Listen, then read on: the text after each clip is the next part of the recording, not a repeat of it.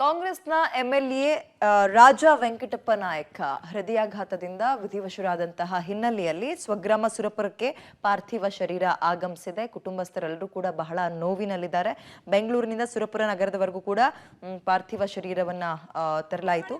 ಮನೆ ಮುಂದೆ ಸಾವಿರಾರು ಬೆಂಬಲಿಗರು ಜಮಾಯಿಸಿದ್ದಾರೆ. ಪಾರ್ಥಿವ ಶರೀರ ಮನೆಗೆ ಬರ್ತಾ ಇದ್ದಂತೆ ಅಭಿಮಾನಿಗಳು ಕಣ್ಣೀರು ಹಾಕಿದ್ರು. ಇವತ್ತು ಸಾಯಂಕಾಲ ಸುರಪುರದಲ್ಲೇ ಅಂತ್ಯಕ್ರಿಯೆಯನ್ನ ನೆರವೇರಿಸ್ತಾರೆ. ಅಂತಿಮ ದರ್ಶನಕ್ಕೆ ಸಿಎಂ ಸಿದ್ದರಾಮಯ್ಯ ಮತ್ತು ಎಐಸಿಸಿ ಅಧ್ಯಕ್ಷ ಮಲ್ಲಿಕಾರ್ಜುನ್ ಖರ್ಗೆ ಅವರು ಕೂಡ ಆಗಮಿಸ್ತಾರೆ. ಆಲ್ರೆಡಿ ಸಿದ್ದರಾಮಯ್ಯ ಅವರೆಲ್ಲ ನಿನ್ನೆ ಆಸ್ಪತ್ರೆಯಲ್ಲೂ ಕೂಡ ಅಂತಿಮ ದರ್ಶನವನ್ನು ಪಡೆದುಕೊಂಡಿದ್ದಾರೆ. ಸಿಎಂ ಡಿಸಿಎಂ ಸೇರಿದಂತೆ ಇವತ್ತು ಅಂತಿಮ ದರ್ಶನಕ್ಕೂ ಕೂಡ ಸುರಪುರಕ್ಕೆ ಹೋಗ್ತಾರೆ.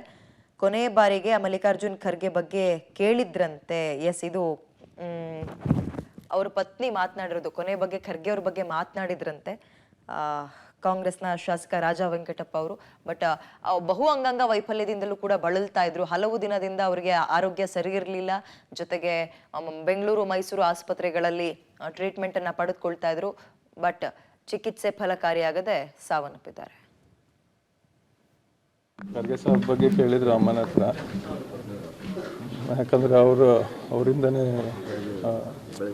ಅಷ್ಟು 2 ಡೇಸ್ ಹೇಗಿದ್ದಾರೆ ಬರ್ತೀನಿ ಅಂತ ಹೇಳಿದರು. ಸ್ವಲ್ಪ ಲೇಟ್ ಆಗೋಯ್ತು. ಅವ್ರ ಮಗ ಇವರು ಪ್ರಿಯಾಂಕ ಖರ್ಗೆ ಅಜ್ಜಿ ಅವರು ಬಂದಿದ್ದರು.